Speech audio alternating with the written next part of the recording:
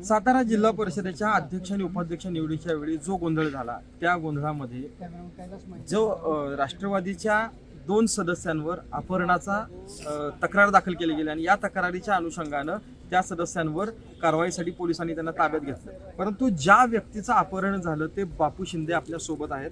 बापू, काय सांगाल? तुमचं अपहरण झालं अशी एक तक्रार झाली, नेमकी काय घटना होती? नाही, अपहरण झालंच नव्हतं माझं, हे सगळं खोटंच आहे। काय मी सांगितलं की म्हणजे मला पाहण्यासाठी 8-10 गाड्या महाबळेश्वरला जिथं आमची बैठक व्हायची तिथं आल्या होत्या। हे कळल्यानंतर मी वाईलाच घरी येतो, मी माझा नातू आम्ही आलो आणि पहिली एक क्लिप तयार करून SP ना पाठवली।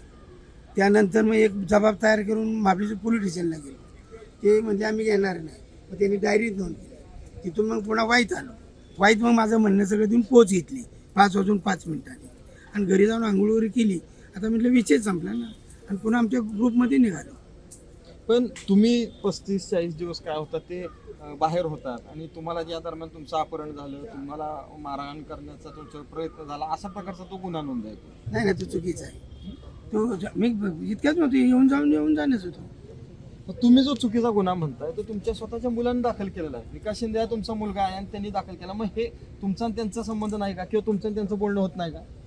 काय झालं, त्यापर्यंत बोलणं होत नव्हतं ना, आम्ही आमची बिझी असायचो, काय नातवांशी बोलायचो, काय त्याच्यामुळे त्याची काही संपर्क म्हणजे होतं कधीच नसतो। ते कसं आहे, माझी जी दिनचर्या आहे ही अजिबात त्याला माहीत नसते, लक्षात का? आणि त्याच्याशी माझा संपर्क कमी असतो, माझा जास्त संपर्क हा नातवांशी असतो। मग तुम्हाला काय वाटतं की हा गुन्हा जाणून बुजून त्यांना दाखल करायला लावलाय का कोणी? म्हणजे असं मला वाटतंय। काय कारण द्या?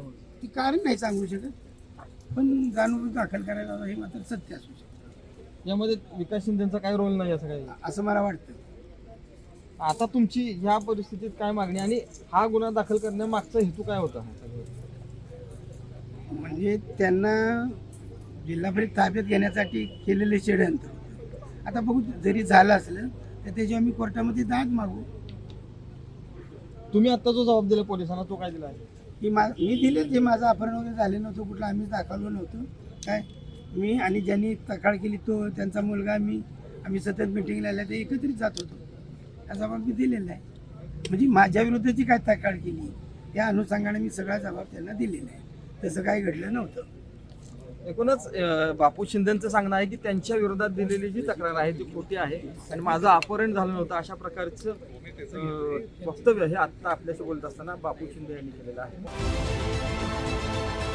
सकाळच्या सर्व सोशल मीडिया प्लॅटफॉर्मला लाईक, फॉलो आणि सबस्क्राईब करा।